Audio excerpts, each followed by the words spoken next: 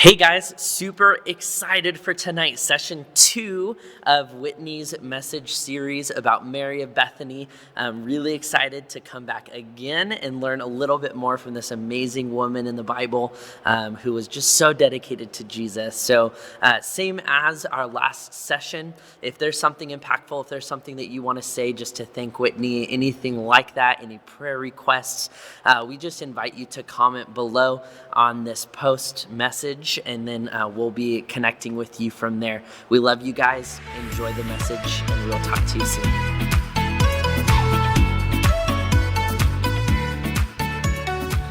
Last session, we discussed Mary of Bethany's interactions with Jesus and how that teaches us that prioritizing time with God helps us to develop a relationship with Him and empowers us to pray boldly. We're going to start today by going over the scripture John 12, 1 through 3. 6 days before the Passover celebration began, Jesus arrived in Bethany, the home of Lazarus, the man He had raised from the dead. A dinner was prepared in Jesus' honor. Martha served, and Lazarus was among those who ate with him. Then Mary took a 12-ounce jar of expensive perfume made from the essence of nard, and she anointed Jesus' feet with it, wiping his feet with her hair. If you remember from the last session, we witnessed the scripture that Mary sat at Jesus' feet while he taught in her home. Again, we find Mary postured at the feet of her Lord, and that's our topic for today's message, is posture. Have you ever been told by a parent or a teacher to stop slouching, put your shoulders back, fix your posture? Have you ever considered that posture might not only be a physical positioning of your body, but something that you can do with your mind and your heart? For example, when I'm in a conversation with a friend or my husband, by doing the simple act of taking my phone and putting its screen down on the table, I've communicated to them that I'm posturing my mind to be fully focused on them. How do you, in your relationship with God, posture yourself to hear from Him?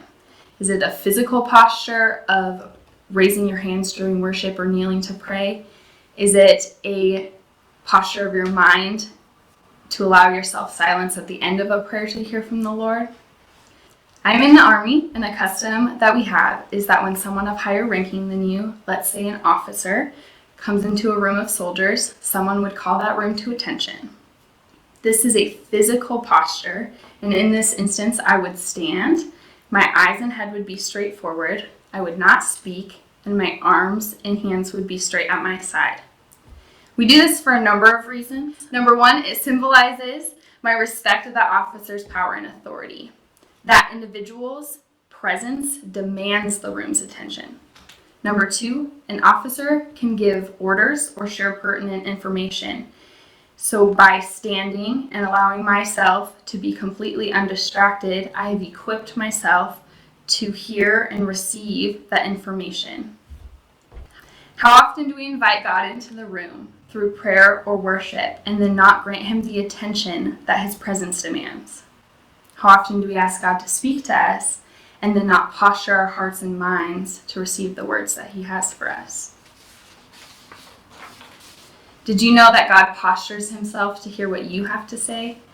The Bible in Psalms 116 says, "I love the Lord because He hears my voice and He bends down to listen." Notice it doesn't say God has His angel secretary take a message and get back to you as soon as He can. The Creator of the universe bends His ear to hear what you have to say and the desires of your heart. So should we not also posture our hearts and minds to hear from the Lord? If the Creator of the universe is speaking, I, for one, want to know what He has to say. Posture your mind, spirit, and body to hear from the Lord. Psalm 62:1 says, "I wait quietly before God, for my victory comes from Him." I encourage you to pray contemplatively. This means sitting in the presence of God, empty-handed, waiting attentively and quietly for whatever He has to say to you. It is the discipline of being still and knowing that He is God. May we be a people that have the discipline to posture ourselves in heart and mind and trust that the Lord hears the cries of our hearts. Hey, you guys, thanks so much for tuning in for another session this evening. We're so glad that you were able to join us. It's so interesting, but so cool that even though we can't be together, that God has given us this opportunity to gather online and to still connect and invest in each other's lives. So just like we did with the last session, I would really love to hear some of your thoughts down in the comments.